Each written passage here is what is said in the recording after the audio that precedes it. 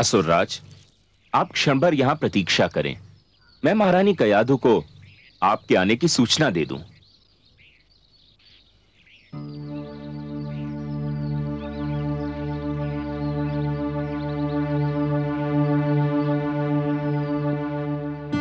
देवी कयाधु,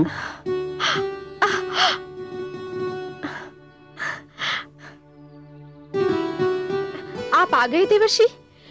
मैं अकेली कब से घबरा रही थी। देवी कयाधु, अब न तो आप अकेली रहेंगी और न ही आपको घबराहट होगी, क्योंकि मैं अपने साथ आपके अकेलेपन और घबराहट दूर करने की सामग्री लाया हूं। क्या?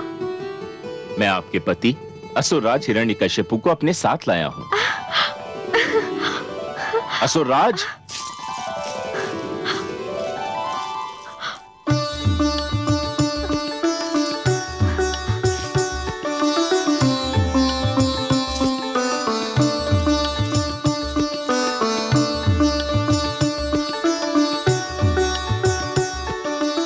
नारायण नारायण।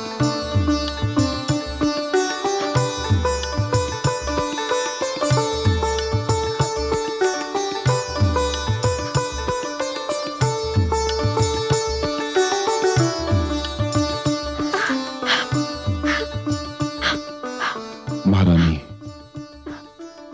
कैसी हो?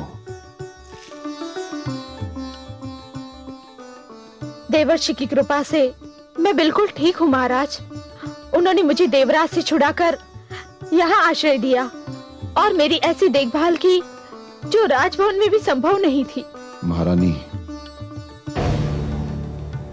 देवराज इंद्र को अपने किए का फल मिल चुका है, किंतु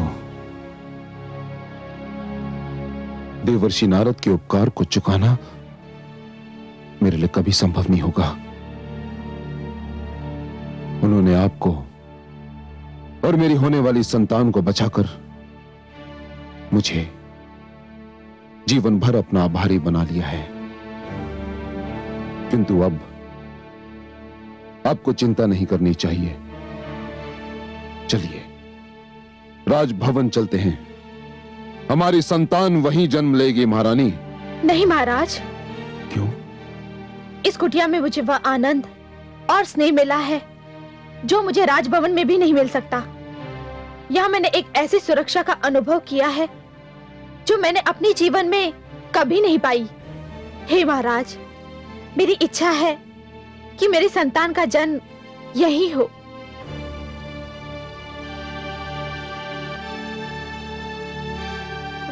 ठीक है, आपकी इच्छा के विरुद्ध मैं कोई भी कार्य नहीं करना चाहता महारानी। गर्भवती स्त्री को जहां भी आनंद मिले, संतान का जन्म वहीं होना चाहिए, मुझे कोई आपत्ति नहीं। मैं ये समाचार देवर्षि को सुनाता हूं।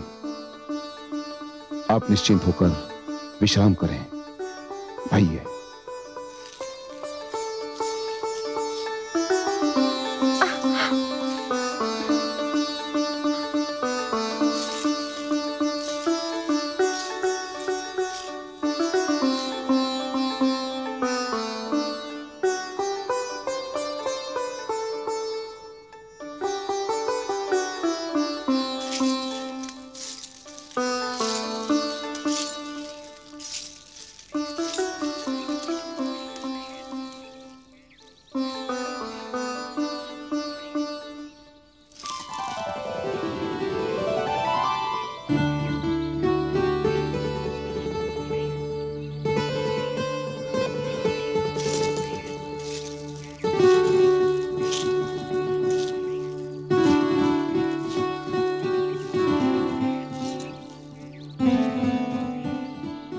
मुझे विष्णु और उसके भक्तों से अपार घृणा है।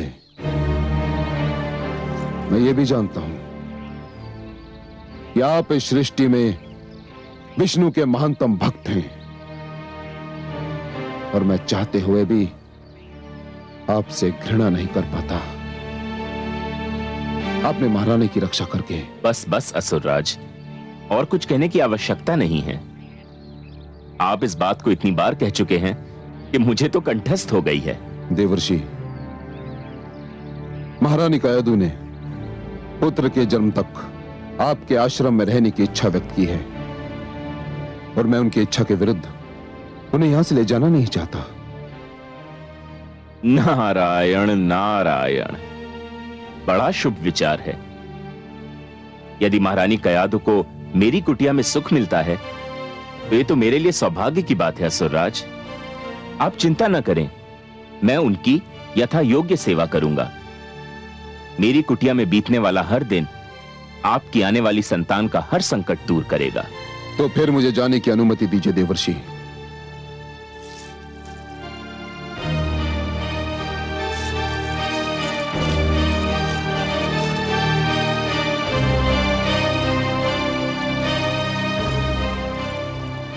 हे नारायण, आपकी लीला भी अनुपम है। आपसे घृणा करने वाले को पता ही नहीं कि उसके अपने घर में आपका सबसे महान प्रेमी जन्म लेने वाला है। नारायण नारायण। भगवान हिरण्यकशिपु की जय। भगवान हिरण्यकशिपु की जय। भगवान हिरण्यकशिपु की जय। भगवान हिरण्यकशिपु की जय। भगवान हिरण्यकशिपु की जय। भगवान हिरण्यकशिपु की जय। भगवान हिरण्यकशिपु की जय। भगवान हिरण्यकशिपु की जय।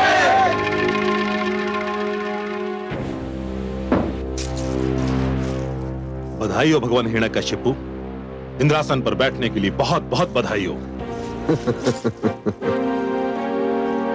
अब तो अप्सराएं आपके संकेत पर नृत्य करेंगी। समस्त देवगण नतमस्तक होकर आपको नमस्कार करेंगे।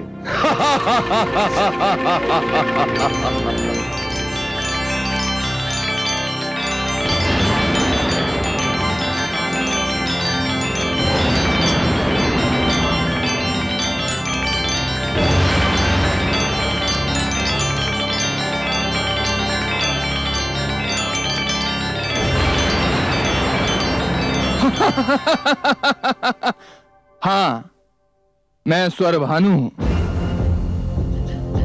विष्णु ने मेरा सिर धड़ से अलग कर दिया था, पर वो मुझे मार नहीं सका क्योंकि मैं अमृत पान कर चुका था। मेरा कटा हुआ सिर राहु बनकर और कटा हुआ धड़ केतु बनकर आज भी जीवित है और सदैव जीवित रहेगा। मेरी सभा में तुम्हारा स्वागत है स्वरभानु। धन्यवाद भगवान हिरण्यकशिपु, आपको कोटि कोटि धन्यवाद और कोटि कोटि बधाई भी। देवराज की तो वैसे कई बार पराजय हुई, पर उसकी जो पराजय आपके हाथों हुई है वो अपना कोई उदाहरण नहीं रखती है। ऐसी करारी पराजय तो दानवराज कालकेतु भी उसे नहीं दे पाए थे। अब विलंब क्यों कर रहे हैं? विजय समारोह आरंभ कीजिए। इंद्रलोक की सुंदर अप्सराओं से कहिए आपके सामने बधाई नृत्य प्रस्तुत करें। आज तो हर्ष का दिन है, उल्लास का दिन है। हाँ, अप्सराओं को सभागार में लाया जाए।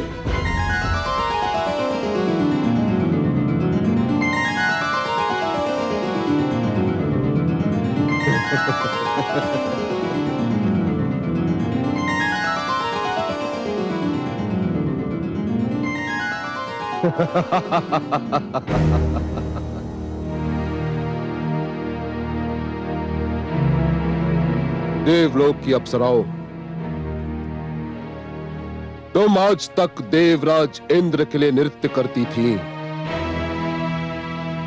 किंतु आज से तुम भगवान हिरण्यकशिपु के लिए नृत्य करोगी, क्योंकि यह सिंहासन अब मेरा हो चुका है और मेरा ही रहेगा। नृत्य प्रस्तुत करो, एक ऐसा सुंदर नृत्य जिसे देखकर मैं अपनी कठोर तपस्या की सारी थकान भूल जाऊं। नाचो नाचो। धा दे दे कट धा धिदकत धा धिदकत धा धिदकत धा धिदकत धा टिक धा धा टिक धा धा टिक धा होनी होय बड़ी बलवान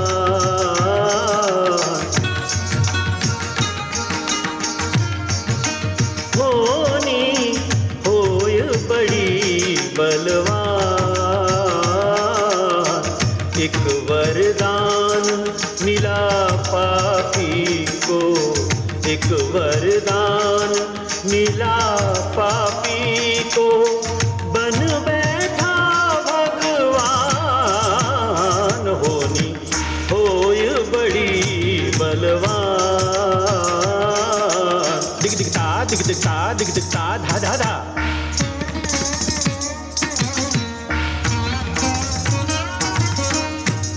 धाक तिक धेता ता धे देता धा धाक तिक धे धेता धे देता अहंकार के मधु में फूला करे पाप का काम तत थई तत आथई तत थई तत आथई तत थई तत आथई तत निर्दोषों को कुचले मसले ना जाने परिणाम ढाक ढाक झट झटता दया धर्म का अर्थ न जाने दया धर्म का अर्थ न जाने ये ऐसा पाषाण होनी होय बड़ी बलवान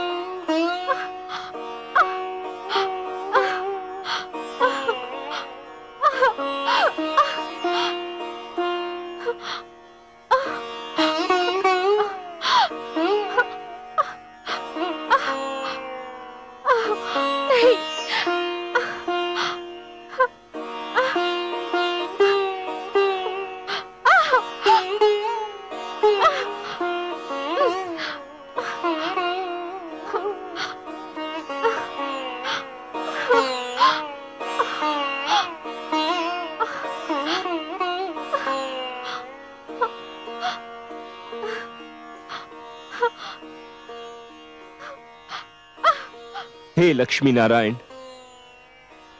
मैंने कयाधु को अपनी पुत्री मानकर यथाशक्ति उसकी सेवा की है, किंतु अब वह जिस अवस्था में है उस अवस्था में कोई भी पुरुष, चाहे वह उसका पिता ही क्यों न हो, उसके पास नहीं रह सकता। हे सर्वेश्वर, मुझे आपकी सहायता चाहिए। अब केवल आप ही मेरी सहायता कर सकते हैं सर्वेश्वर।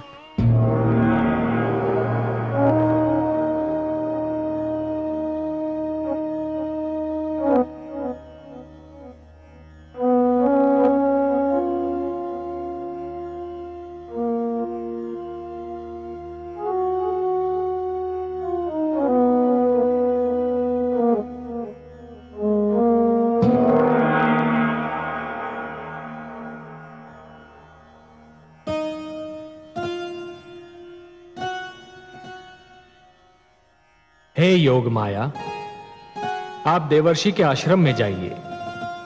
महारानी कयाधु प्रसव पीड़ा की अवस्था में आ गई हैं। उनकी देखभाल का कार्यभार मैं आपको सौंपता हूं। जो आज्ञा त्रिलोकीनाथ।